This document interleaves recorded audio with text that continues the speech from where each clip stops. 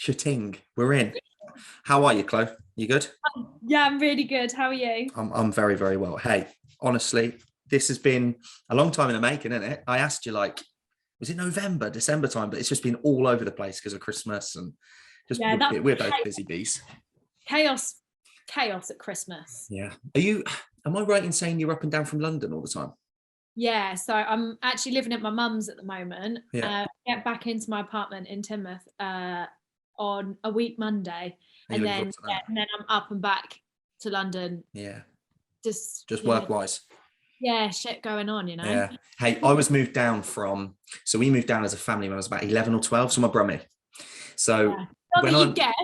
Yeah. So now, as I'm an adult, I think, oh, that was really good of my parents to move us down. That was really good. But the opportunity down here is naff, I find.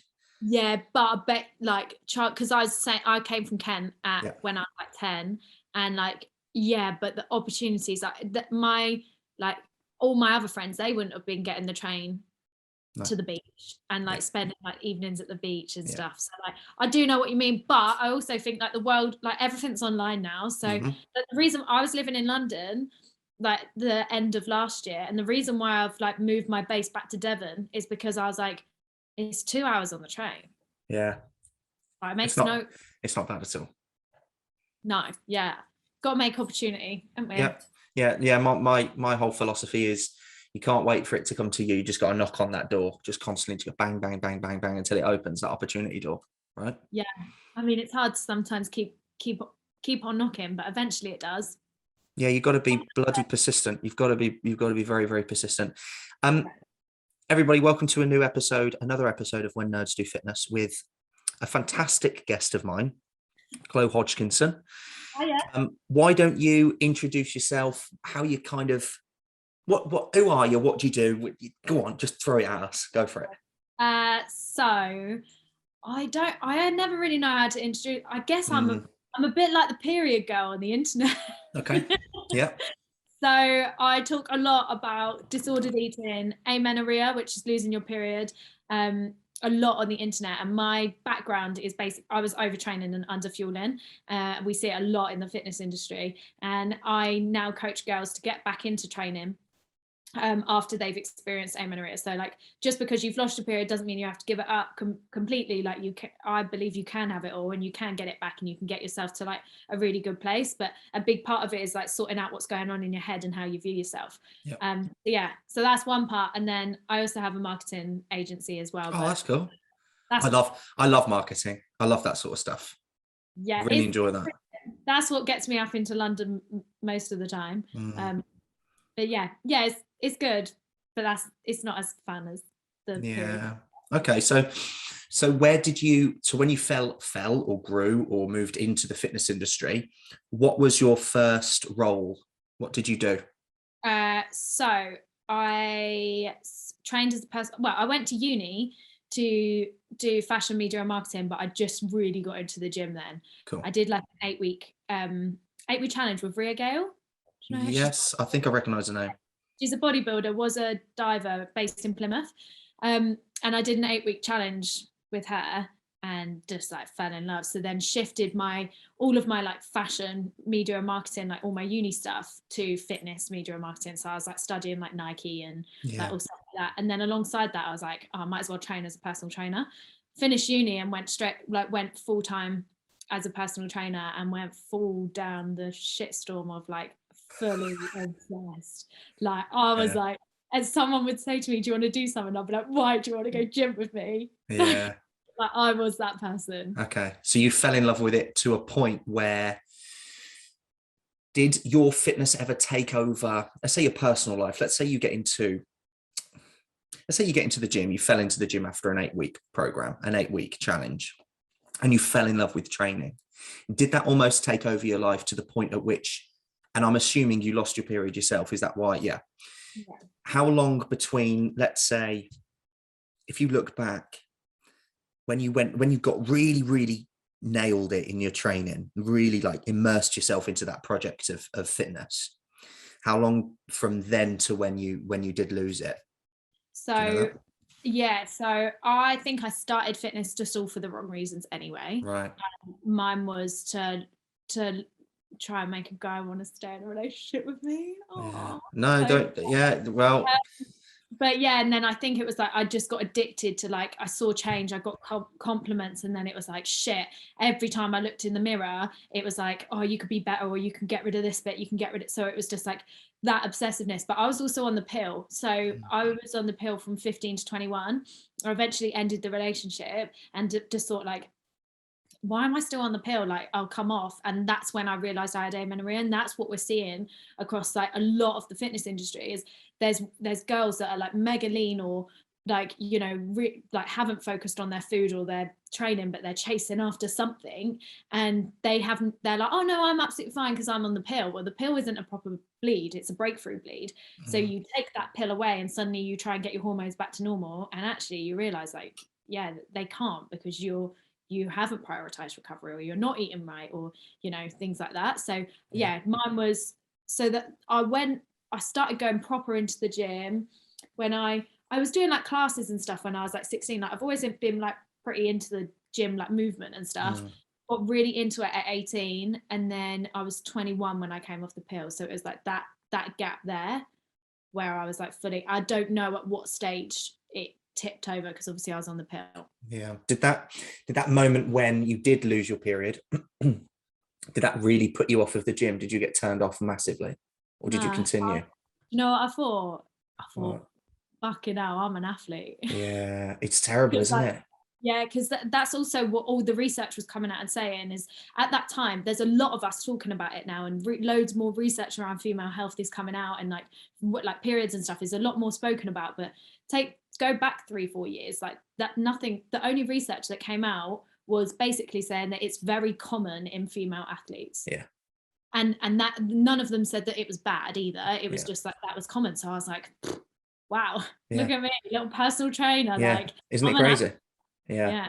So from a personal standpoint, when I was preparing for my competition, I was around 10 weeks away from the comp itself, and I didn't feel like a man. And there are moments during a diet, as what happens to you, we lose our erection, we don't get boners anymore, we don't get any wood in the morning, we just don't feel like doing anything.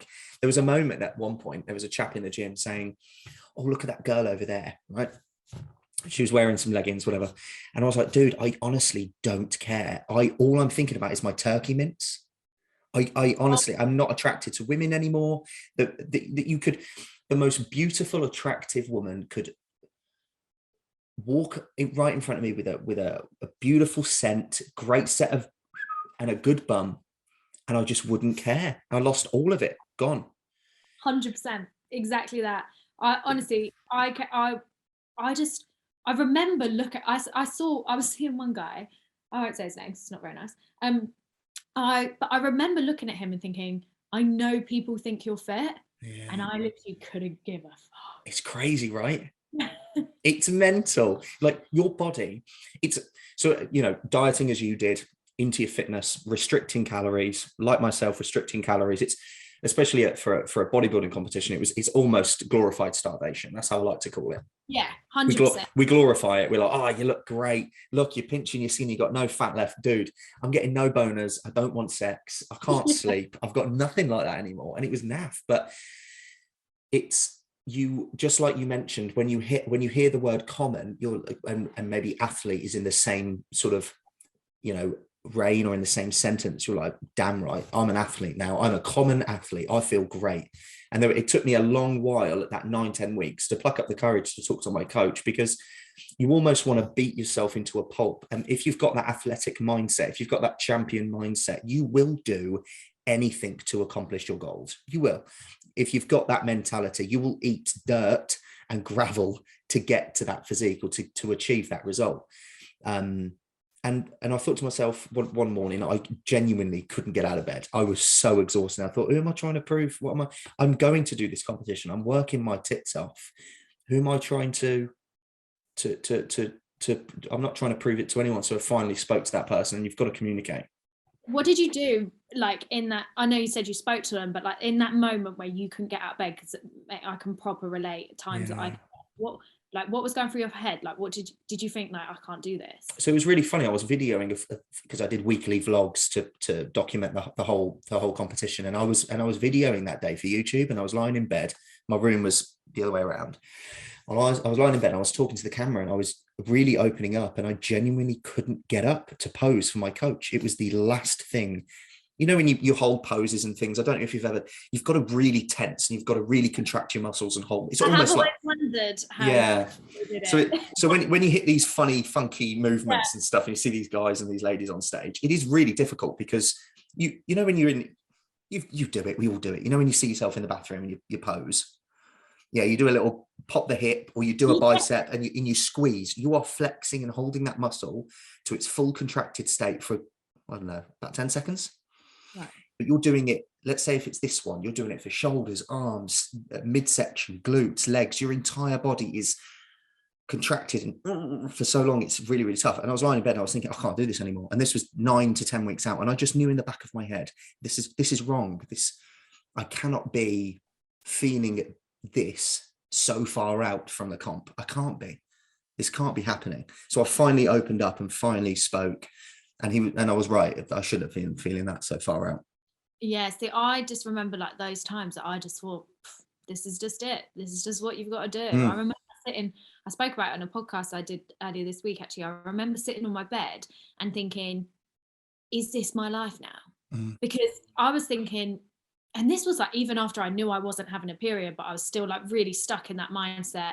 And like, I was out of a long-term relationship. So I was like flipping out. Suddenly I've got all this time to go to the gym. This is amazing. Yeah.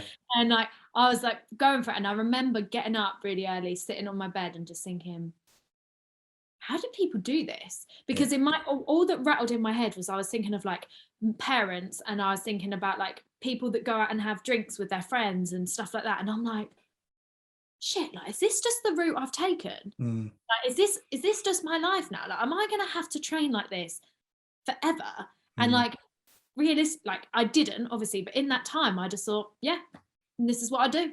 Like, you almost pigeonhole yourself into, this is who I am now. I am this person.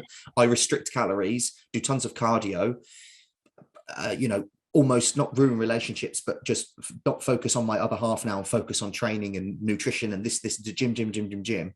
Oh, this is me now. But it takes a good whopping,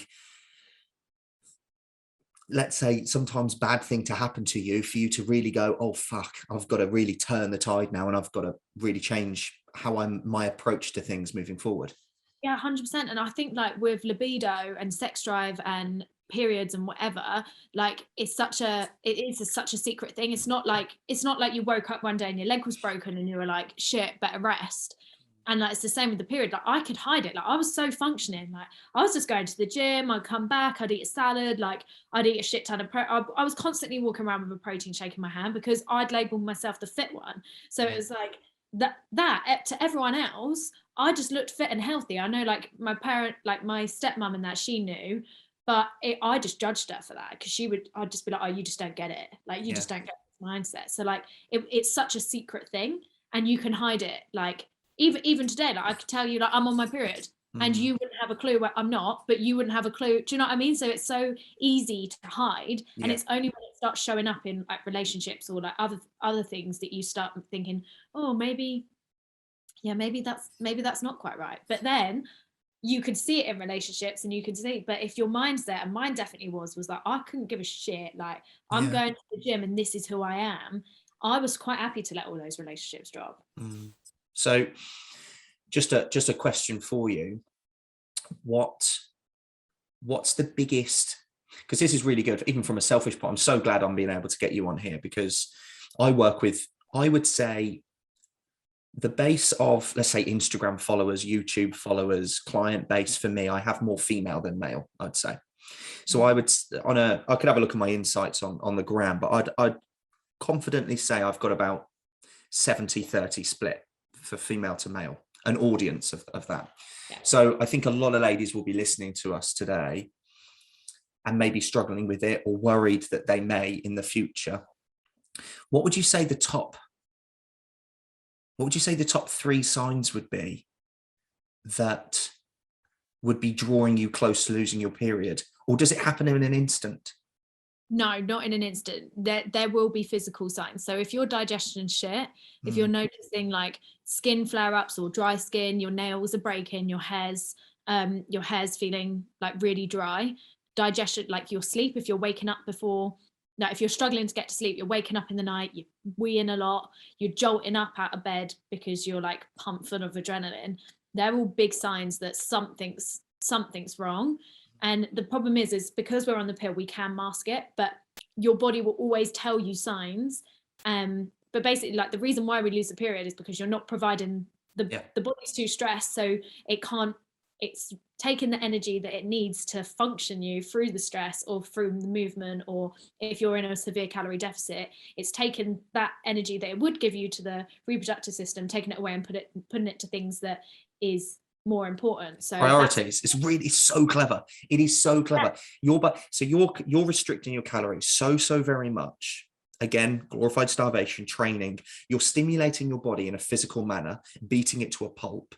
You're fueling it next to nothing, so it might just be able to build tissue and just survive because your body wants to be in that level of homeostasis. Your body's last thought is, oh, I know, I want to create more life. Yeah. So my body's healthy enough to hold another human life. No way. So it just stops that. Yeah, and it's not essential. Like if you also think like we have to be in a certain sense of health to be able to carry a baby for 9 months. Like if you can't even look after yourself, it's going to shut that down. Yeah, very clever. Yeah, it's amazing. But you may find as well, like your periods might get shorter or longer or heavier, or they'll become a little bit more irregular. Like your body doesn't just wake up one day and go, yeah, nah. There'll be like little tiny signs. I even notice it now. Like if I've trained a little bit too heavy, I'll just take longer to recover. Like that's a massive one that we a lot of the time, especially if you're caught up in that like need to get skinny or like sort of restrictive and obsessiveness, we can often think that our body's telling us that it needs to rest is just our weak motivation. When like I think that your body will be telling you signs like way before you'll lose your period. But for me, like I said, like that time that I woke up and sat on the edge of the bed, everything my body was telling me was like, just rest, stay in bed. But I had so much like adrenaline and cortisol pumping through me. I'm up and I'm like, let's go, take a couple of black coffees and I'm gone.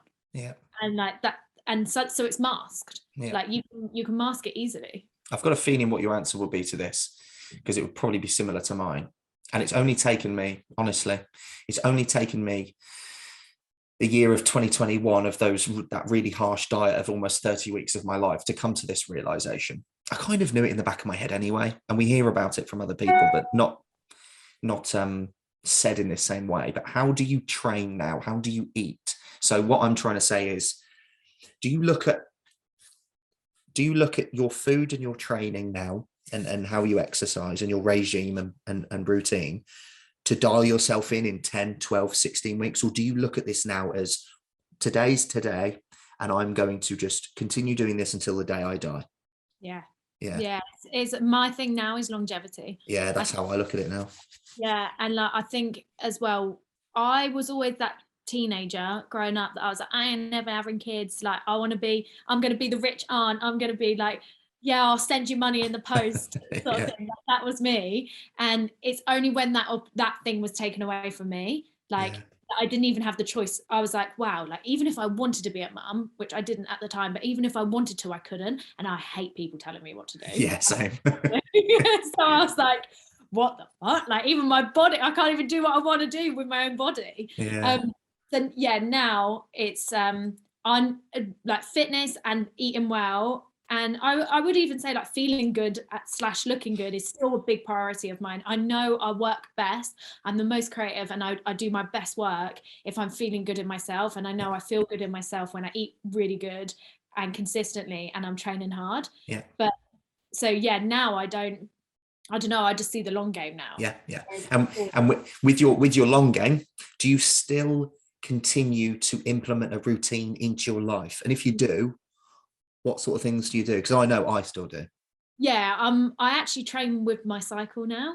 So Yeah, so this is what I teach with a lot of the girls that I work with. So our hormones are working in our favor up until we ovulate. Estrogen's rising. Estrogen's like what I Yeah. would describe as like the sassy best mate. So she can go for it. I know in that phase. So just after my period, up until I ovulate, I'm Superman. Like I can go for it, and I will do in every aspect of my life. Like I'll book in like loads of meetings and stuff like that. I'll book in photo shoots and stuff like that. I'll go for it. But after ovulation, I know that my progesterone starts to rise, which she is a bit more like your quiet introverted best mate, Yeah. and she starts rising. So then I know that like my hormones, I need to take that, I need to dial that back. So Yeah. I'll still stay consistent with my training, but say I'm training 4 times a week, really intense up until ovulation. Sort of after ovulation, I might be training like 3 times, and then just before my period, I might not train at all. I might do one session, or I might just go through the movements rather than like gaining weight. And Yeah. that's sort of my routine. But I still move every day. Like there's I think there's no, but again, I think that's from the shift. Like I have to move every day for my own creativity and my own mindset. Yeah. Whereas before I moved every day because I felt like I had to, because I had to be better, and my body still wasn't doing what I needed it to do. So I Yeah. had to keep doing more. Whereas sometimes like less is often more. Yeah, you were probably looking before it, got to do it every day to look a certain way. Now you do it every day. You're physically active every day, because you know your body just performs both mentally and physically much better when you do it. Same here. I have to, I say I have to. Yeah, I suppose I have to get up every day and I jump on the treadmill, incline walk for 60 minutes. I do it every day because it makes me feel great. I don't do it for any physical like gotta burn 505 calories because I'm gonna eat a sandwich thin and that's this calories, and no way. I do it because it just gets me up. I can twiddle my thumbs as I'm walking, I'm breathing, I'm moving, and I feel a ton better. I can guarantee I would perform night and day so different if I were to just rise out of bed and jump onto the desk and work, compared to me doing an hour on the treadmill then onto the desk and work. Have you ever tried it? Yes. How shit is it? It's crap. I feel like Gollum. I just feel like a lazy troll. I'm just like, ugh. And I feel that my concentration phase, I know if you're on the podcast, you won't be able to see this, but my concentration phase changes from this to this Yeah. often. I was once in an exam, and one of my teachers at the end of it was like, Chloe, like, are you okay? Like, you were smiling the whole way through that. I was like, no, that's just my concentration phase. She was like, I didn't know if you were worried, if you were upset, Yeah. or you were fine. I was like, yeah, sorry, it's my concentration phase. Yeah. But I find that if I don't do training in the morning or walk in the morning or something, that like the frown is a constant throughout the Yeah. day. Yeah. And I'll feel foggy and stuff like that. Whereas, yeah, before I wouldn't, I don't know, it's just something I had to do. Hydration's a massive one for me as well.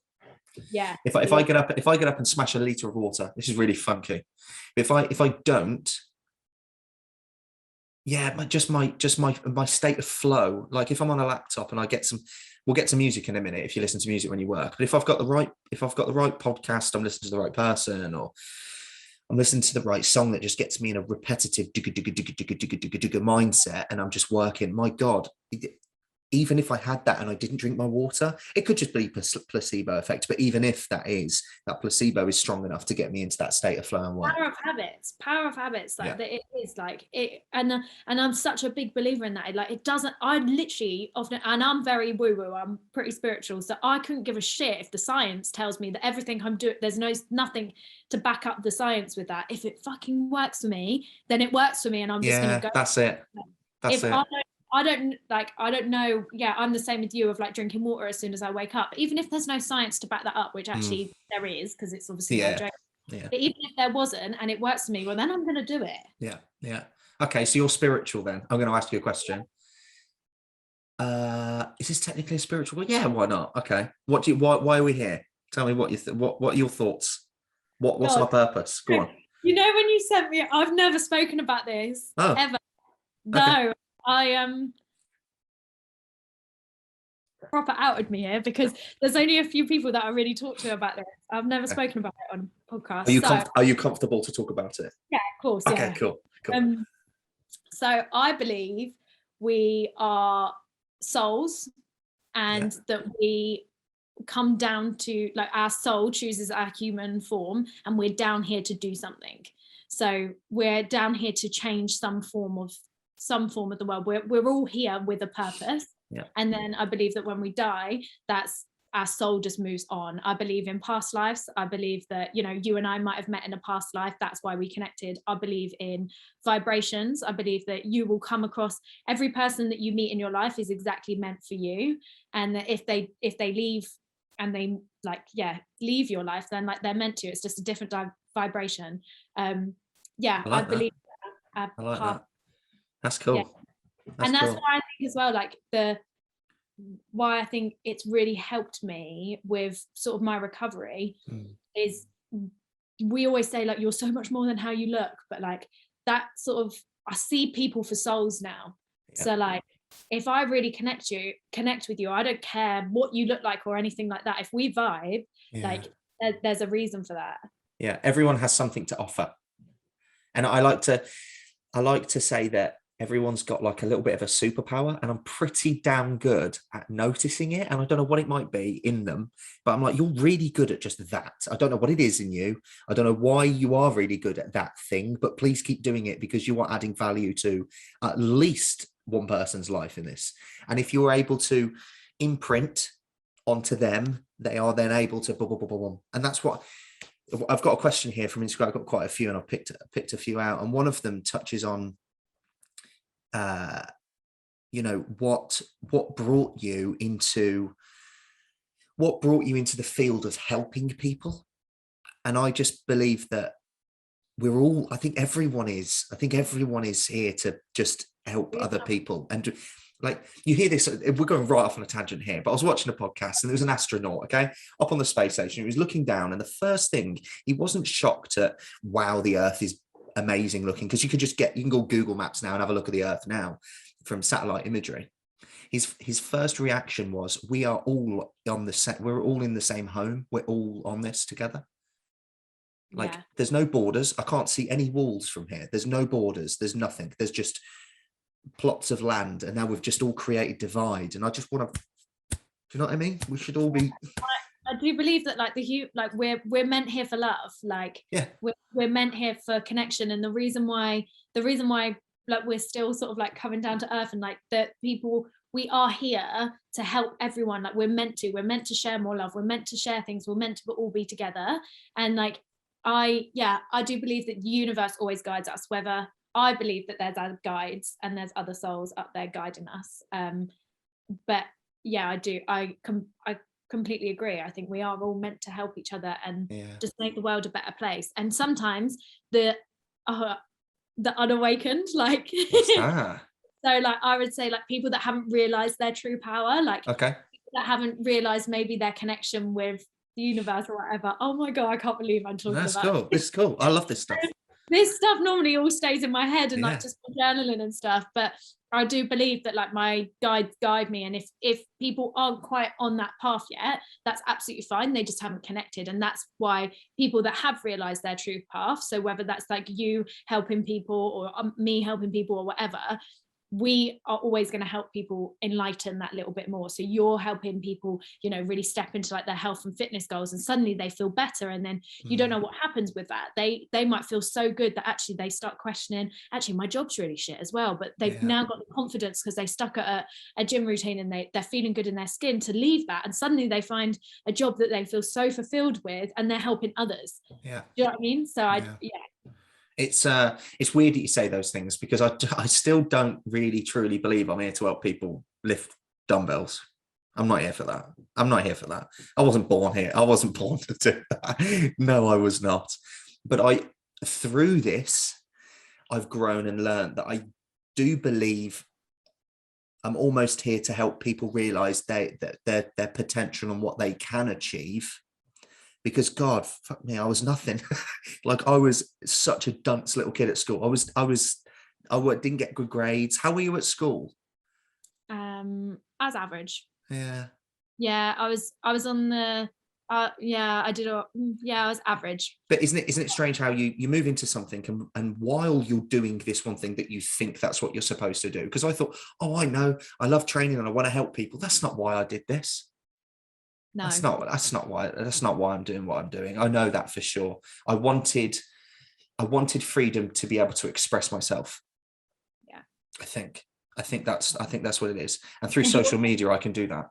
And you'll be encouraging others to do the same, Yeah. right? Yeah. You're encouraging others to step into like their authentic power, if you like. Yeah. Like when I trained as a PT, like never in a million years would I think that I was now coaching girls to get their periods back after disordered eating. There you go.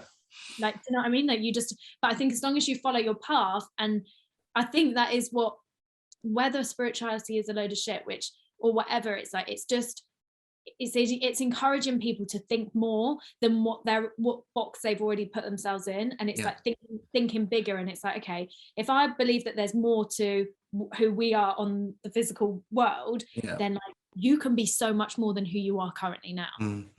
I believe you've got an anchor in us all. Okay. And I kind of believe you should always, yes, you put yourself into the fitness box, Matt, but are you the bodybuilder? No way. No. You just tried it. You just did a little challenge and you challenge yourself to that. You're not that person. But everyone's got, just don't move yourself. I think it's always in you, this anchor. No matter where you go, you can put yourself in that box. You can go and help people with their periods. You can go and do a bodybuilding show. You can start rock climbing. You can be an astronaut. But this will never leave you, this type of person who you are, I believe. Yeah. So even if you went into car sales, suddenly actually you'd be helping someone within the car sales to you wouldn't just be selling them a car, you'd be selling them a car that like really fits their personality and the color and the inside, and you'd be being pumped. I agree. Yeah for sure. But I think it's about the importance of like helping people tap into they are also able to do that. Yes. Yeah, I see that you still train. Then you still go, you still train. What's your favorite style of, what do you really enjoy training? What's like your favorite style? I never thought I'd say this, but it's CrossFit at the moment. That's cool. All I look at those guys, I just think they're monkeys. How they move, it's just crazy. No. Do you know what I think? It's that it was the first. I love training intensely. Like I've always, lifting heavy has never really interested me, but like moving quick and sweaty and stuff like that has always been. I've always loved it. I've always loved plyometrics and stuff. Yeah. So CrossFit felt as if it was like, wow, like these guys don't look at themselves when they train. Yeah. These guys don't have mirrors. Yes. These guys work as a team. Like that, these guys, we're all doing the same thing together. And if I'm last, like they're all cheering me on. Yeah, I love that. The whole, I think, the whole aspect of it. And then you're still, how it's sort of like programmed. And obviously I do think you have to go to a box that programs well, but like you go in and you're developing a skill, whether that is a strength skill or whether that's like gymnastics, like muscle ups, but then you do this like sweaty metcon and it's all tracked. And it's suddenly like, I go there now and I have no idea what I look like. And I'm not going for what, like to change how I look like, because I've never done this type of training before. So I don't know how it's going to affect my body. But also all I know is I'm lifting heavier than what I was a month ago. I don't look at myself. The community's sick and I feel flipping great. Yeah, it's such a good aspect to training. You've got different ones. You've got powerlifting, you've got bodybuilding, you've just got your average Joe just going into the gym and training to look and feel good. And then you've got CrossFit and athletics. With your bodybuilding, this is why I want in and out. I'm just that type of guy that just sets himself a challenge and wants the best he can get, and then he's gone. Do you have a bit of an addictive personality? Yeah, too much. Yeah. So you chose bodybuilding and you weren't just going to try it. You were going to go for it. Yeah, which is really annoying. Oh my God. It's a blessing and a curse, isn't it? Yeah. I'm exactly the same. Yeah, for sure. Because I went in and I thought, well, my first comp, I'm going to get a gold, aren't I? I'm going to work my arse off. You don't not work to win. Came fifth. Incredibly, you peed off. Then I do it again and I come third. This year I'm going to do as many as I can, get my gold, and I'm out. I want to try BJJ, I want to try rock climbing, I want to try all sorts of stuff, because I'll be in my 30s in a few years and I'm thinking, no doubt I'll be a daddy, and I don't want to be one of those muscle bound dads walking around with tats going, and he's got bad knees and he can't walk up the stairs. And I want to be rolling around with my kids and going to the park and just running around Dartmoor and all that sort of stuff. And again, I don't want, like you said, I don't want to pigeonhole myself into Matt the bodybuilder. I am far from that. It's just, that looks pretty cool. I did a photo shoot in 2020, just with my friend up at the top of a gym in the corner, challenged myself to that, got in my tiny pants, and I thought, okay, what's the next one from there? What can I do for, oh, well, I've got to stand in my pants on a stage in front of judges I've never met and a crowd of people I've never met. That's the next one. So Yeah, yeah, but I got to win it now, you know. Yeah. See, yeah, I do really like CrossFit, but I ain't a CrossFit. I mean, I guess you could probably argue I have a bit, Yeah. but I still run quite a bit. Like I'm doing a half marathon, and so now now I'm just trying to stay very fluid. Like I'm the same as you. I want to do BJJ. Like Yeah. there's so much stuff that I want to try, but I know what I need to become obsessed with trying things, Yes. because I know what I'm like is I can become like, I'll be like, CrossFit, this is cool, this is my thing. And I am in, and so I have to like keep reminding myself, like, just be flexible, just be fluid, as well as like, I think that's another thing that what got me to losing my period. It is this like addictive side of me that I can block things out. Yeah. Like I can just be like, no, this is what I do. So it didn't matter if my body like wasn't keeping up with me. It's like in my head, I'm like, but this is just what I do. Yeah. It's I believe you've got exactly the same personality as me. You have an addictive personality, and I'm not going to take that away from you or poo-poo that idea, because I believe that is so flipping good. I see too many people that don't have that and they're not achieving, which is absolutely fine. We're all different, but I'm glad I've got that. But we need sometimes to step back, reevaluate where we are, so we're not becoming too, you know, that addictive personality isn't now having a negative effect.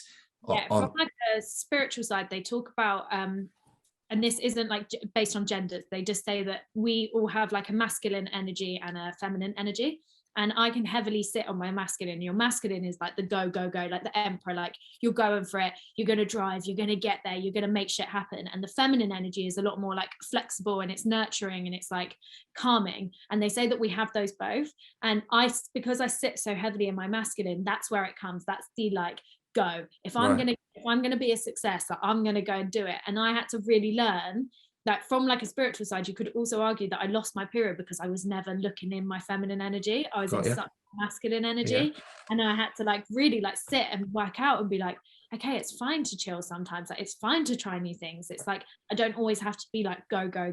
And that helped me with that, like managing that sort of like channeled vision. This is a direct question, I suppose, but this will definitely help people. What do you do directly to manage that?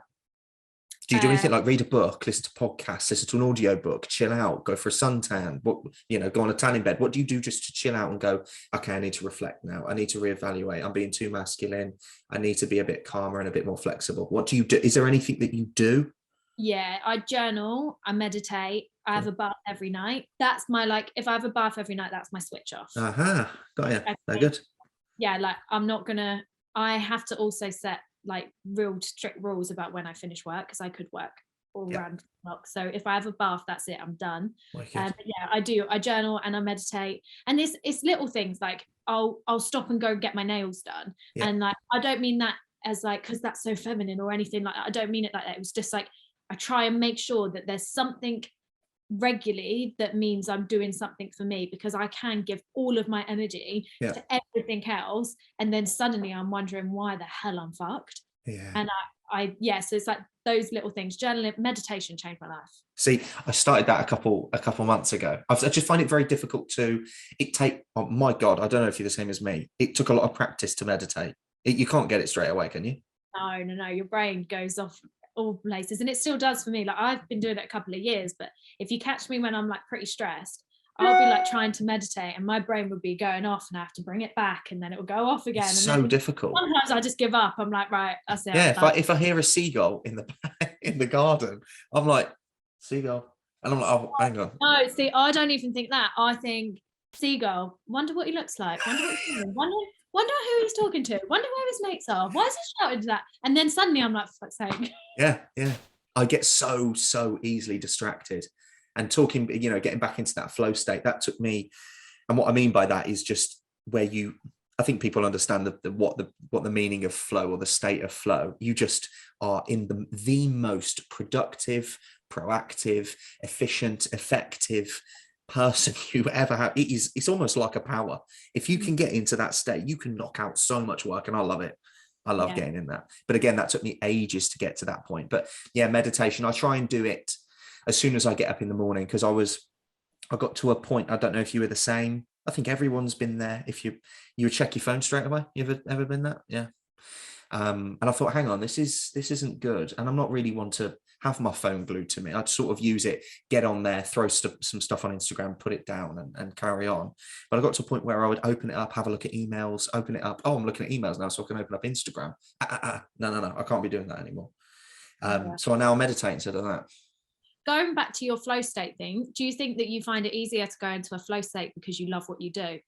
How hard do you think, like, for people listening, maybe that, like, they're probably thinking about this flow state that we talk about, but they absolutely hate their job? Oh, so if I'm being told what to do and someone else is paying me and I'm earning the money, I can't get into flow state. I don't think I've ever been in one until I was self-employed and working for myself. So it isn't because of money. I mean, I do my love, you can call it a passion, whatever you want to call it. I think that does help. You love what you do, for damn sure. I think it's the creative side of me.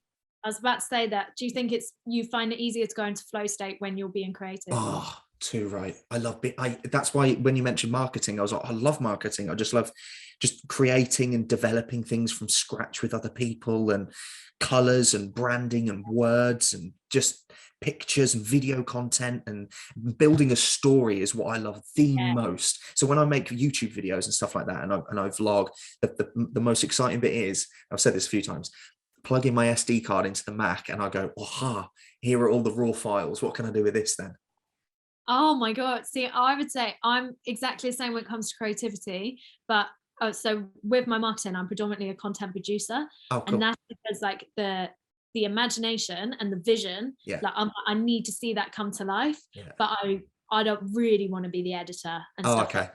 So I'll do the vision board and I'll pull it all together and I'll do it and I'll brief everyone, and I'm like, you have to give me what I'm thinking. The problem I have is I don't have a team of people. I've got Matt. Yeah. I've got Matt. So it's kind of like, okay, I love being in front of the lens. I love talking. I love being animated. I love just being an idiot. I just like this. And then I haven't got the guy I would love someone to be behind the camera and then someone to be on the laptop doing the stuff. But maybe one day that'll be quite cool. But I still sometimes don't think people would do it as well. That's the tough bit. With my videos, I have I actually got to the stage that I just stopped editing them and I just put them up straight away. Because if I start editing, I'm in it. And I'm like, and I'm like, get rid of that, put that there, like zoom that bit in there, and I can get like so into it. And like, I'm busy, both businesses are doing pretty well, so like I don't have the time to keep. So now I just sort of like, I'm like, right, I set the camera up and I'm like, right, Chlo, one take, mate. I'm like that. I'm like, some people call me one take Matt when I was doing the stuff in the gym. They're like, how the hell did you do that? And I'm like, well, we ain't got time. I got to run a class in 2 hours, and I don't want to bother editing. You just get it right first time. You can just ping it up then. Oh, I didn't have my time at Pro Direct. Oh Christ! You work for those guys? Yeah, as a brand manager, cool. as a content producer and brand manager. As I came out of uni, I became a personal trainer, and then they actually found me on Instagram and offered me, and then they offered me a job. So then I was PTing on the side, and then I was working for Pro Direct, and I did a lot of presenting for them on camera, and oh my God, like we would be in absolute stitches, and my outtakes were hilarious. But I'm the same as you. I love being in front of the camera, and I'm not even ashamed to admit it. Camera goes on, and I'm like, it's good fun, isn't it? I love it. It. Yeah, it's definitely something that I feel that I was naturally, I'm not sort of born to do, but I was naturally, during school, I was the first to put my hand up for the school play. I was like, can I be the main guy? You know, you asked me a question, like you sent me some questions. You said, like, what's one thing that people don't really know about you? Well, you've got it out of me because it's a bloody spirituality thing. Yeah. But my thing that I was initially thinking was that I was in all the school plays. Yeah. I was in all of them. And I was I remember on one school play, I was really disappointed with the part I got because it was like 3 lines at the midway point or something, like the Star of Bethlehem. I don't know, right? So Yeah, really, yeah. really naff. So I even got my mum to come into the school saying, Matthew really needs to be a better part. He really wants to be better. So they did give me a bit of that. But yeah, I love just maybe it's the reaction of a happy audience that makes me feel good inside. I think that's what it is. People pleaser. Yeah, it makes me happy to know that I was able to make you happy. Yeah, that's nice. Yeah. Is that like? I don't know my reasons behind it. I just know I'm all right in front of a camera, and I've just never really. Yeah, That's me guessing, but I kind of maybe that's it. I've got this thing that I love being the center of attention as long as it's my choice. Yeah. So I hate my birthday. Birthday. Yeah. When everyone watches you opening presents, you're like, yeah, people are like, thanks. what do you want to do? What should we do for your birthday? And I'm like, oh, no. Yeah. And like, let's all go out for a meal. And I'm like, oh, why? Like, no, because I don't have a choice. Same, I graduated from uni. I got first at uni. I did really well, and I dreaded it. All my family came down from yeah. I was the first one to go to uni. Like, it was such a big thing. And mum was like, why are you so miserable? I was like, I just don't want to be here. And like, my dad said to me, he was like, why not? And I was like, because I haven't chosen to be the center of attention today. Yeah. You just like being in control. You're a control freak. I am a control freak. Yeah. And I think that's, you've got that's, you're so similar to me. You've got mentality to, have you got a perfectionist attitude as well? Yeah, but weirdly, I was thinking about this the other day, because the best thing I've learned, like when it comes to like content marketing and the business, is just get it up. Yeah, just it is. Don't think about it. Yeah, you're right. So I had to really like rewire that part of me, because I think I definitely was, when I was like in the gym and stuff, I needed to be perfect. But I have sort of learned, like over the years, as I sort of went through recovery and stuff like that, it was just a bit like, actually, do you know what? Sometimes the most perfect stuff is the most imperfect stuff. Yeah, I understand that. Yeah, it's and remember that there's some content you won't help others, but you know, let's say your most optimal video that you've spent yonks editing will help 2 people, and some videos that you just quickly whip up in 30 seconds, like the one I shared the other day, I loved that.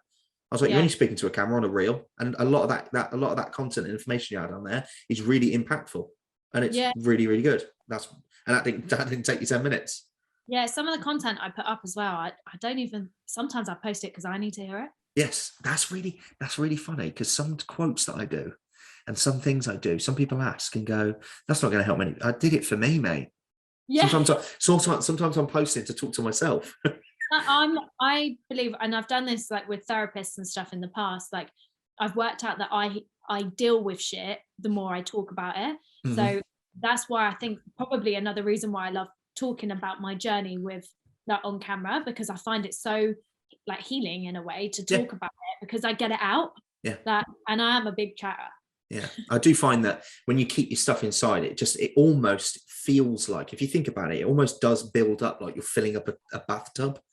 Do you know what I mean? It's all just this toxic, crappy energy that's just going, and then one day it will just go, and you treat people horrible, and just. And that's what I love about like the spiritual side and like looking at things as like energy and stuff, because it does, if you're holding like anxiety in your body that you haven't dealt with, you'll see that manifest in like so they say you've got there's more than 7, but 7 main chakras, which are like energy centers. And we say that like if you're feeling anxious, you always feel it in your stomach, and it's like you always feel like that gut, and you're like, oh god, I'm like, oh my stomach, and you might become like constipated or whatever, because it manifests into like physical things. But your solar plexus is the one that you find in your stomach, and that chakra there is all about personal power. So if you're feeling anxious, you're giving away your personal power. So that's what I love about viewing it as like an energy. Like I go and have like Reiki and things like that. And I have like, I'm currently having super conscious coaching. What's that? She like, it's like proper woo-woo stuff. Like she like taps into my like super conscious, which is like your higher self. And like, it's like a deep meditation basically, and clears all the shit that you're going through basically. Wow, I've had none of that. I'm well interested in things like that. Oh, yeah, do you have crystals and stuff? Oh yeah. Oh, honestly, cool. Yeah, do oracle cards a lot. Wow. Yeah. Are you a religious person at all? No, Not at not at all. all. No, I can see the only thing, like, since sort of like believing in like energy and stuff, I can see how religion is formed, Mm, because it's in my opinion, it's very easy. It's like when you start looking at like energy and things like that, and like spirituality, I can see how people have then sort of like formed these religions, if you like. yeah. I can see, and I can generally see. I never got it as a kid. I went to a Church of England school, but I never understood. Like, I remember sitting there and thinking, why is there one man Yeah. like, what's he doing up there? Like, why isn't he here with us? Like, who decided he could go up there? And I just remember questioning it all. And it's only like since I've sort of like started thinking about the world as a bigger whole, like, and being a bit more open-minded and talking about like energy and stuff, that actually, like, religion's lovely. It gives Yeah. you hope. Like, Yeah. spirituality just gives you hope that, like they always say, like, you're not your thoughts and stuff like that. Like, it, yeah, I think it can be quite a sad and daunting place if we think like, this is it, this is all there is of us. Yeah. It gives people hope, just like the thought of a heaven. When people pass, they're always looking down, and you're able to, that gives people a sense of that person is still there watching over them. They've still got a connection. They're not just dead in the ground or burnt and cremated. They've still got someone there looking over them. I do believe it's okay. So are you a David Attenborough fan? I don't think I've met anyone that isn't, right? So I've been Yeah. watching his new one, The Green Planet. Oh, okay, I haven't seen it. It's all about plants and trees and all sorts of stuff. But I just love his voice anyway. I'll fall asleep to him anyway. It's great, grace.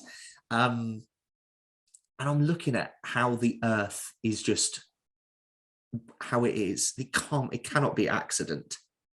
Right, but it's even like things like the seasons, and how the moon is connected with the tide. Like, when we have a full moon and a new moon, you'll notice that the tides are really extreme. So like, if like the low tide will be like, if you go down to the beach where I am, it will be over a new moon and a full moon, it will be so far out that you can see all the rocks underneath. Like, this is what I mean, like, how is all that shit connected? Like, we all have to be connected. And then, or I can fully go into this, is what I mean, I'm a geek, but like, I just don't, how people can be like, no, we're human and this is it, when like everything else is connected, like dependent on the season, dependent on like the night and day, plants and everything else all changes and all like is connected. Yet why would we be any different? Well, look at the stars. The stars were actually built out of we're built from we're built of stardust. Even science backs this. So we're built from what stars are made out of. So like carbon and all the atoms and what the physical, the atoms of what a star is, we are built from that. Don't, it blows my mind. And you just look at the complexities of a caterpillar, right? Hang on, just this little slug that just slides on the ground and eats a leaf. Did it decide one day, oh, I know what I'm going to do? I'm going to crawl up a branch. I'm going to cocoon myself. I'm going to grow a set of wings and then fly. Yeah, it's mad. And this is what I mean. This is when people are, what I would say, like, closed-minded about the fact that all we are is a physical being, and this is it, and this life is shit, and this is what we've got, and I've got to go 9 to 5 and stuff like that. Yeah. I say it as if they're a guy. I just think it's because usually they are. Okay. I don't know why I was suddenly like a massive guy. But like, that's why when you see shit like that, and you're just like there's got to be more to us. Yeah.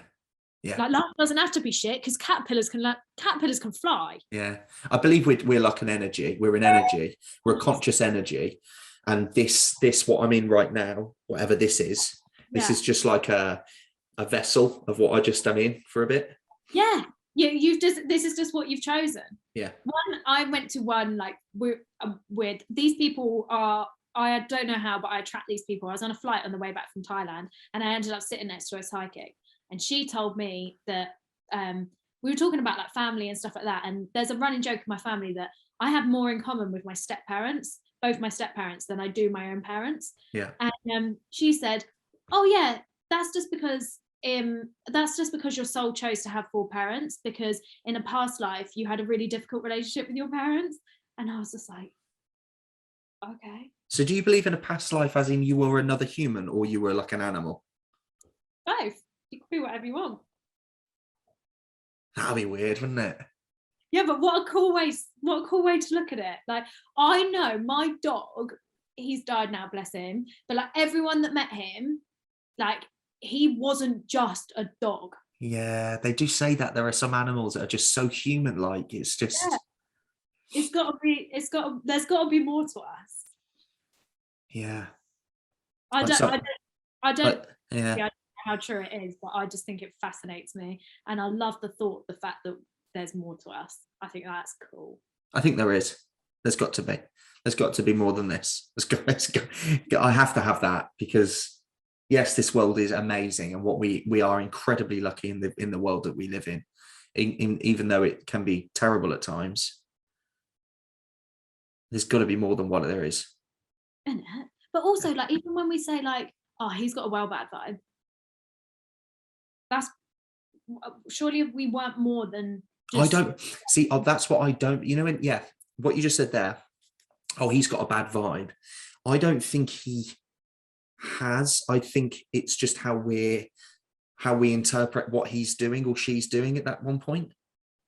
Oh, okay. Do you know what I mean? Like, I don't like if someone's like, based I don't on their own past experiences. Yeah. I don't like if someone's real moody, really naff, I will just not spend time with them if I believe that energy is just going to come to me and they're just going to start getting on my nerves. But I don't judge them. They're just going through their own crap or whatever's going on. What about those people that you just meet and they're not dicks, they're just like, they're all right, they're fine, but you just like, yeah, they're just not my person. Yeah. Like, how do you explain that? How come some people are our people and other people aren't? That's got to be energy, right? Yeah, or it could just be the moment that you meet them. What do you mean? Because you wouldn't, let's say if you meet that person and you decide there and then, yeah, you're not going to spend time with them again, but you could give it a risk and spend time with them again, and then they are actually your person. Okay, let's do a deal. Next time we meet someone that might not be our person, we have to spend time with them, and then I'll come back and tell you, like, no, they're still not my person. Okay, I'll do that. It's really hard because I live in such a little bubble in my life. I don't really see many people, but I will try my very best. Me too. I'm a bit of a loner. Yeah, I don't. Yeah, I'm definitely a small circle kind of guy. I am. Yeah, I'm the same. I get jealous of people like with big circles, but I find it exhausting. Yeah. Do you remember at school it was the in thing to have loads of mates? Yeah. Oh, yeah. She's cool. She has like 4 mates around her. Ooh. Yeah. Now I'm like, yeah, have 4 mates. I'm fine by myself. I'm all right. It's just too much drama and hassle and just. Yeah, I love the idea. So I love CrossFit, right? Of being part of that community, and I love everyone there. And I think I do think it's amazing. But I would call myself an introverted extrovert. So like I can be full to the party, whatever, and I love a good party, and I can like loads of energy, but I have to. That's really weird. I think I'm the same, you know. Yeah, and I think I'm the same. That's why I've always kept or as I've got older, I've had to keep my circle small, because I'm like, I don't have the energy. Yeah, I spoke about this on a podcast a little while ago, and how do you sometimes feel, I don't know if you're the same, but you know, when you go into a room, like a party, a group of people, are you usually the one that's expected to light up the room and give it a bit of oomph? Yeah, when I go to a party. you know what I mean, though? No, yeah. Like let's say if it's someone's birthday or whatever it might be, just a room of maybe even 3 people, you deep down know inside, oh, I've got to perform now. It's more, yeah, I think it's more of like maybe even like a personal insecurity as well, of just being like, I think it's probably something that I put on myself. Yeah. I have always been, I've always been a bit of a show pony, I think. Yeah, I find that. And then sometimes your introvert comes out and goes, oh, do you know what? I just can't be bothered to do it today. Can someone else just kick in and do it for me? Yeah, or the anxious part of me goes, oh my God, you were way too much then. Oh my God, don't do that. Oh my God. See, I never get that feeling. I'm like, yeah, spot on. Well done, Matt. Yeah. No, I don't. Like, sometimes I'll be like, why did I do that? Yeah. Oh, that's embarrassing. Should we get to some questions? Yeah, because we've gone off on a proper waffle. How long have I got you for? You got a... Oh no, yeah, we're fine. Awesome. Yeah. Right, let's go for... Screenshotted a few. Oh, there's a few like boy and girl ones, which will be quite good. We can do those together. Right, we'll do this one. What drove you both to help people as a career? My own mess. Your I own can't mess. have, I don't want other girls going through what I went through. It was shit. That's amazing. Short but sweet. Very good answer. Mine would be, I know how amazing it felt when I achieved something, that feeling inside of, oh, you actually completed something you set your mind to. I'd love someone else to feel that feeling. Not, I don't care if it's to look good, lift the weight, run a mile. I don't care what the thing is. I want them to feel the feeling that the thing brought them. Cool. Yeah. So mine's to avoid the mess, and yours is to reach the pleasure, I guess. Yeah. Yeah. And yours, you could cross over and say yours is exactly like mine, because you want them to really feel that, to sort themselves out. Yeah, I know recovery can feel like life this side of the river, like is good. Yeah. Yeah, I bet it is. Right. Oh, that's a good one. Hobbies outside the gym. Oh, I suppose your spirituality things is. yeah, spirituality, work, like video. Yeah. I love that. I love a good walk. Love walking. Yes. Love a good walk. Yeah, I'd say that's it probably. I like exploring. I do. Okay. When you stumble across a tiny, you go up in Dartmoor, or you just go somewhere you've never been that's incredibly vast, and you walk for miles on end, and you stumble up across a little pub, and you go in there and you get hot chocolate, and it's a little old lady, and she's just really sweet, and you're like, I've just found a little, that's a little gem I've found right there. Yeah, I like finding a little gem. Yeah, that's nice. I like exploring. I like rock climbing. I think a lot of it is being active, but I also like to just lie like a hippo and just watch Harry Potter. No, I'm rubbish. Are you? I'm rubbish at films. Oh yeah. Yeah, I can't. I'm rubbish at telly. I'm rubbish at all. I'm fine if you like fully say, right, this is what we're doing. Just like hold you down. Just hold you down. Yeah. Right. You've So, got like, to watch cinema, this. I quite like the cinema because everyone else is doing it. I'm here, so I might as well enjoy it. It's an event. Yeah. It's an experience. Whereas like just sticking the telly on or something, or like sitting down and watching, like a film, I'm like, oh, but I could do that, or It's, if I'm doing it by myself, which is usually typically all the time, if I've got something on the telly, I'm like, oh, hang on, I'll put something easy watch. I'll put an easy watch on so I can just whip on my phone and create something on Canva, or go on my laptop and do you know what I mean? And just start building stuff. It's bad. It's bad, really. We've got a few like admirers, no questions, just excited about this combo. That's good. Was that Claire? that what, Claire too? No. Yeah. This is I forgot her actual name, but she has a baking company down in Newton Abbot, the Riviera Cakes. Oh, yeah. Yeah.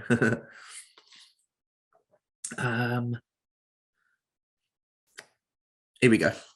I don't think my partner understands and respects my reasons for trying to lose fat. Help. I know my I don't think well, my answer straight away is, well, why don't you communicate? Because you should definitely know if your partner understands or doesn't understand. I don't think so. You should talk to the person. Yeah, and I'm just a big believer in like, be careful with who you surround yourself with. Yeah. Like I've been there where like two people aren't supportive of each other. Yeah. And I just think, and also I do think like, be kind, like change is scary. They might be a little bit insecure about the fact that they might be worried that, oh my God, if you lose weight, you might not find me attractive and stuff like that. But I'm just a big believer that if two people are together, they should be like rising each other up. They should be like fully supporting each other, no matter what they want to do. Yeah, I believe you. I like to call when you're with someone your teammate. I like to call that. Yeah. Because teammates big the other person up. Yeah. They pass the ball. They hold them up. They hold their hands. They lift them up. It's not just as what you say. It's, you want them to succeed as much as you do. And if that person really wants to do that, then you should support them all the way. Yeah, But I do understand your point where, like, stay in your lane. Like if you don't always need to seek outside of yourself validation and support. Like, so try and like build other support networks around you, and like build that confidence within yourself to like keep going. And just remember that like they are on their path. They might just not be ready for that, and that's absolutely okay, but you are. So like stay in that power and go for it. And you can still like speak to them with love and share them with love, and like try and talk about like your reasons behind doing it. And maybe it is you need to reassure them a little bit, but change is scary for anyone, but I think it's also necessary. Yeah, for sure. It's almost, if your partner doesn't necessarily, if he or she ends up supporting you, fantastic, but they don't need to be that person you need to speak to them all about. I know sometimes if you love that person, you want them to feel proud of you. So tell them. But just as you mentioned, find a group, find a page, find a class of people that also are striving to achieve the same thing. Because as soon as you surround yourself with like-minded individuals who want the same thing, you will end up turning into them. Yeah, and I think there's which also is a great thing. That's what you want to do. I think there's also a misconception sometimes that our partner has to be everything to us. Yeah. So they have to be the one we like are romantic with. They have to be our, like, I don't know, support network of absolutely everything. Do you know what I mean? Whereas like there's things that I would talk to girls with, like compared to what I would talk to him with. Do you know what I mean? So it's like looking at like maybe he's not the right person to support you in that way, but he does support you in so many other ways, and like not necessarily expecting everything out of him. That's why when people, it doesn't really get on my nerves, but when people say, oh, my other half, I'm like, what do you mean your other half of you? Nah, you're two separate humans coming together here. Do you know what I mean? Like you're two complete strangers that have come together, and you need to respect that. Yeah. Like you get two of sport, you're supposed to get involved, but you've got to have those. I respect you because you have your own thoughts. I don't want to give you my thoughts and start turning you into someone else. You do your thing, man. Yeah. I think if I was going to be really blunt with it, I'd just be like, I wouldn't have time for someone that didn't support me. Yeah. It doesn't take me long to realize that either. They're gone. They're like, yeah, see you later. Oh, this is a funny one. Okay. This will be interesting. I wonder what. Okay. There's a boy in the gym I like, but too scared. I'm assuming too scared to approach. Matt, I know what you'll say, but what about Chlo? Kiss. Wait, what would you do? So I'm assuming the question is, girl likes boy in gym, but too scared to approach. I sort of did it. Oh, you've done it. There you go. Here we go. Actually, well, no, I didn't. I waited till we were all out. There was like a big social. Okay. Like after the gym, and I mean, it all sort of happened by accident. Actually, we ended up sitting next to each other, and then we were chatting loads. But yeah, I remember spotting him in the gym, and I would just say hello every time, like when we walked past each other. Yeah. Would you make sure that you were training near where he was training? If he was squatting, it's not even leg day, but I'm just gonna go and squat. Oh God, I guess because I don't train like that anymore. So yeah. I don't know. Oh God, what right? Oh no, actually, I avoided every single class that he was in, every single CrossFit class. Oh, yeah, okay. I completely avoided it. But I am like a bit of a wetty when it comes to stuff. Oh yeah. Like yeah, just like, oh, I remember going upstairs and I like said to the guys, I was like, wait, do you know who I think's fit? And then like, I just did nothing about it. Just absolutely nothing until we were outside of the gym. Maybe do that. Maybe just wait and maybe stalk him, see where he goes to food shopping, and then just talk to him in the food shop. Yeah, you got chicken. Oh yeah, I love chicken. Yeah. Oh, fancy meeting you here at Tesco, 13 miles away from my house. Yes. Or just find out does anyone that you know him. Yes. And then you could do it that way. You don't want to start talking to him and then find out he's an absolute psycho. So is your answer to just the gym is not the place? Don't approach inside the gym. Oh, I don't know what my see mine, honestly, right? From deep down, say if you're in the gym, really liked you, and I'm like, I'm not going to wait. Like, what's the it's just, I know he's training, or what. I would probably wait until he has finished training, showered and then walking out or something, and catch him at the water station or something. I would approach inside. If it's continuously and this feeling is just growing and growing and growing, I'm like, I'm not waiting or risking it. I'm just going to ask. That's the type of person I am. So I say approach inside the gym, but find the appropriate time, not mid-set. Do you think that's because you're a guy though? It could be. I do think like from like a female point of view, it's more daunting. There's a lot more like gyms are changing, but gyms are still, and I know they're daunting for everyone, but it still can be. But then I know I like your thinking, because I say this, I've never done it. Yeah. And if it ever got to that point, I wouldn't want her to think I was that kind of guy. And that kind of guy to me is some sleazy gym goer. Well, then it's a lose-lose, isn't it? You know? And these are all the conversations that go around in our heads, isn't it? Yeah.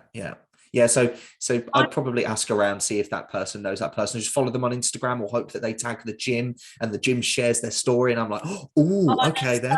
The DMs. You could do that. See, I have been with guys in the gym, and I have to know what their, like, is gym just their life? Oh, okay, yeah. So like, I personally wouldn't go up to them in the gym. So like that's why I really liked it when I met him at a social, because I was like, oh hey, like, yeah, you wear something other than Nike Metcalf. Yeah, that's it, yeah.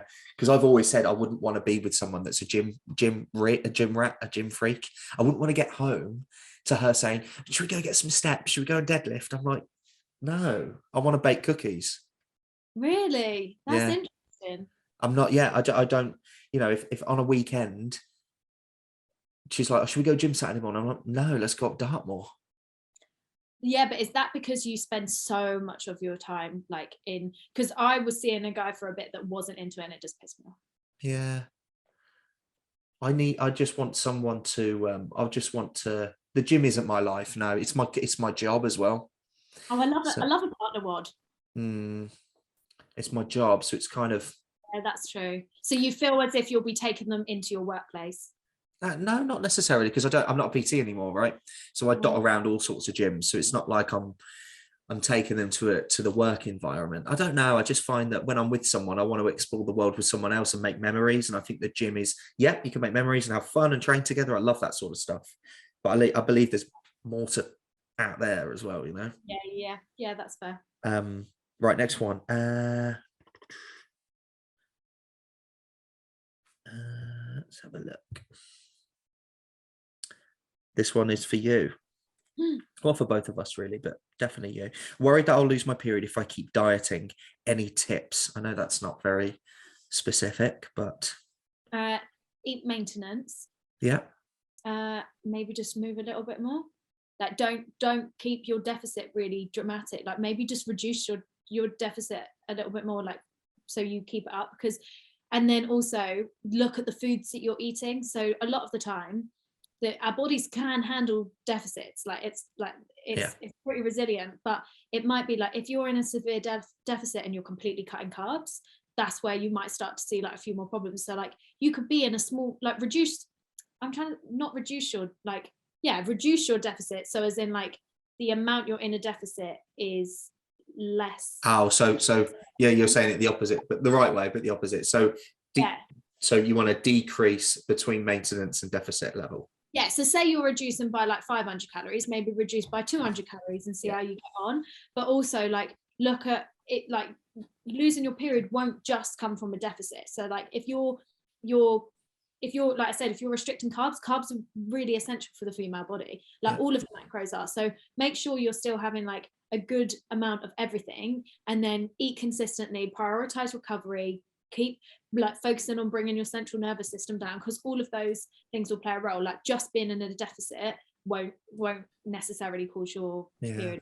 There'll be like other factors as well. What that's really good. What I would do for both men and women who I coach, I would damn sure bring deloads into play.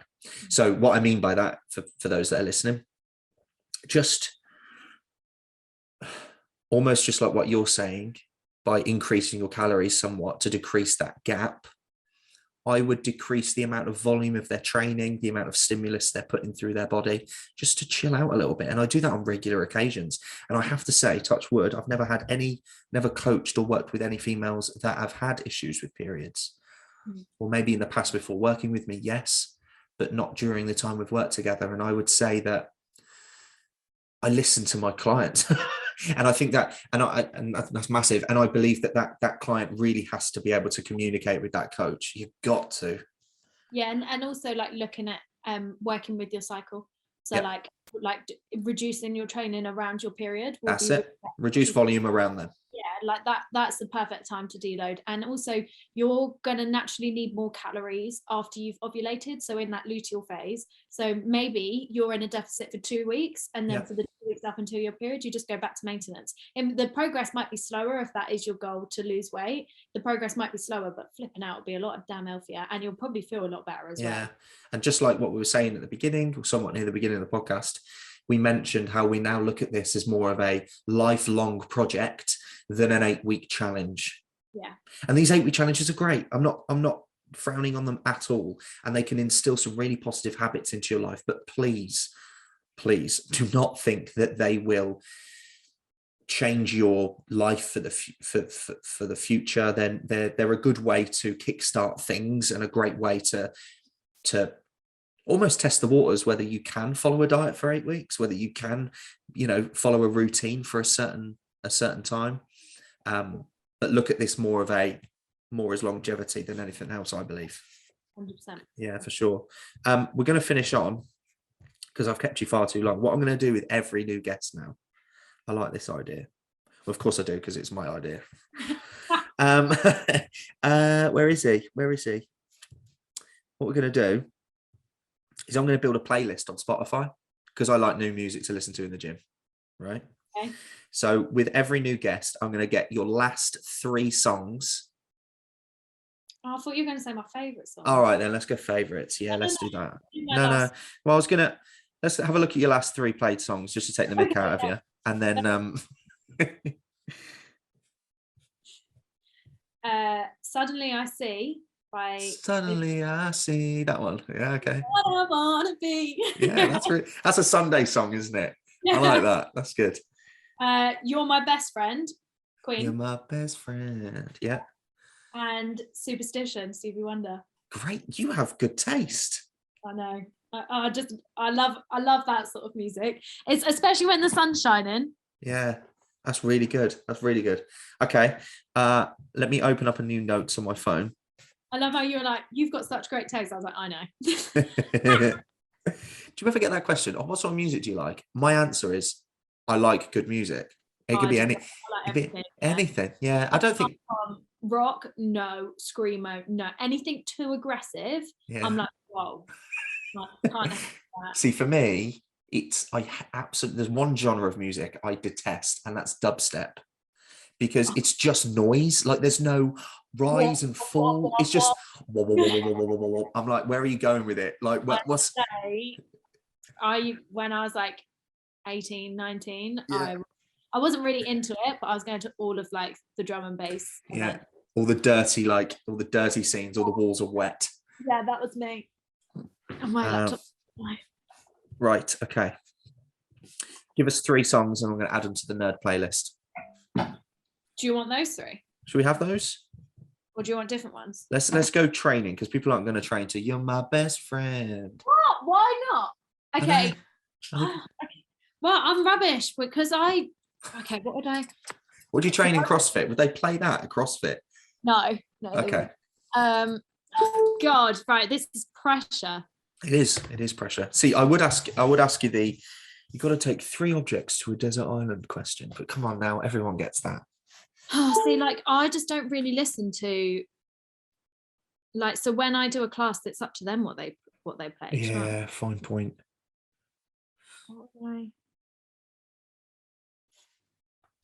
And I would train to You're My Best. Okay, fine. You're My Best Friend.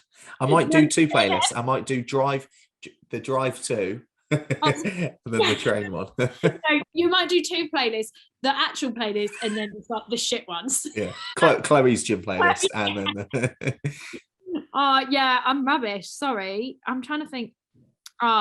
Would you ever train to Don't Break the Heart by Tom Grennan? I'll put it in there. Don't break your heart or my heart. The heart. I saw him live, and he's.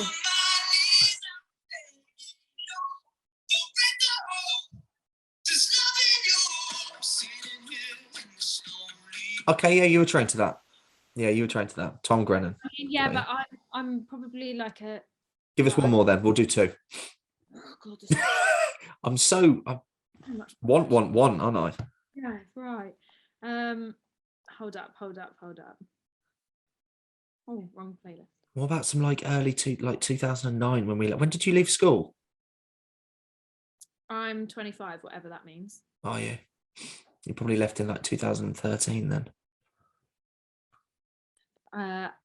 Yeah, I don't know.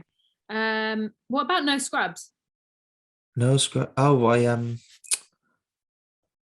Scrub is the kind of thing. yeah, that's a good one. But do you want like a dancey one or like and the dance version of that? Well, what I'll do is I'll have your name next What to about it. Let Me Love You? By whom? Is that like a remix version? Yeah, John Gibbons and Franklin. Am I allowed that? Yeah, got it. Actually, do you know who also I don't mind? Examples, new one. Is it a good one? Shall I play it? What's it called? Example. Is it Kickstarts? Oh no, that'd be real old now, wouldn't it? It is. Is it Every Time? Yeah, every single time. Every single time. Ah, this one. I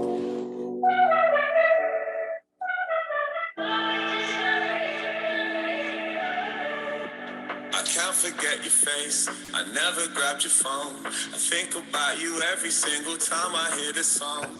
Remember how you take. That's a great one. I'm going to put that on there. Okay, That's you a good can take one. my first one off then. Okay, I'll get rid of Tom. He's a good guy though. If you could, we will finish on this note. If you could, and I like to do this with everyone, if you could give off one quote or a message in the world for people that are listening right now, it's your stage. Are you ready? You love this bit. You're in control. Are you ready? What would you say? Something really positive, by the way. Don't call everyone a bellend. Yeah, you're all pricks. Go on, something really like, oh, that just made me feel great. What do you live by? Any mottos or mantras, things like that? Do you know what? I love the mantra, yeah, fuck it. That's That's great. We'll use that. I love that. But I also love the idea of like staying where you are is optional. Like you can always choose again. So like if you don't like where you are right now, if you don't like the thoughts that are going through your head, if you don't like your current, like you do have the opportunity to choose again. And I'm not suggesting that like you choose to then become like a massive pop star or like earn £1 million. You can just like shift it and just make one small tiny step to that person that you do want to be. And like we're never actually stuck. We're just anxious about what to do next. Yeah, you that's really, really, really good. I like that one because I think sometimes we worry like, oh, we're too old now. Oh, we're supposed to have kiddies now. Because when I was in my teens, I thought I've had 3 kids by 25. Oh yeah, easy. Yeah. I'd be married and had kids by 25. Yeah. I'm 28 now. Oh, that's far too what? What's going on? My sister's got 4, my brother's got 2. I'm the middle child with none. Nothing's going on. But I'm on my own path. Yeah, I thought I would be married with. I remember being at school. Me and my best mate Zoe really laughed about it actually, of saying like, yeah, when we were in school, we were like, yeah, when we're 22, we'll maybe have like kids and stuff. And like, I'm still thinking now, like I'm 25, and I think I could not be a mum right now. Nope. And in the nicest possible way, I am too selfish currently to have babies. Yeah, I don't know how they would factor into my life. Yeah. And I don't think you have that choice. Yeah, I think I'm still building my foundation to then bring them in. Very nice. You know what I mean? Yeah. Right. Thank you so very much for joining me. So you got a busy day? I'm on a content creation day today. So oh, cool. Yeah, not bad. I can't believe I had meetings this morning and it's 1 o'clock. Where the hell is that time? Don't ask. When I do things like this, I've got another one tonight and it's just going.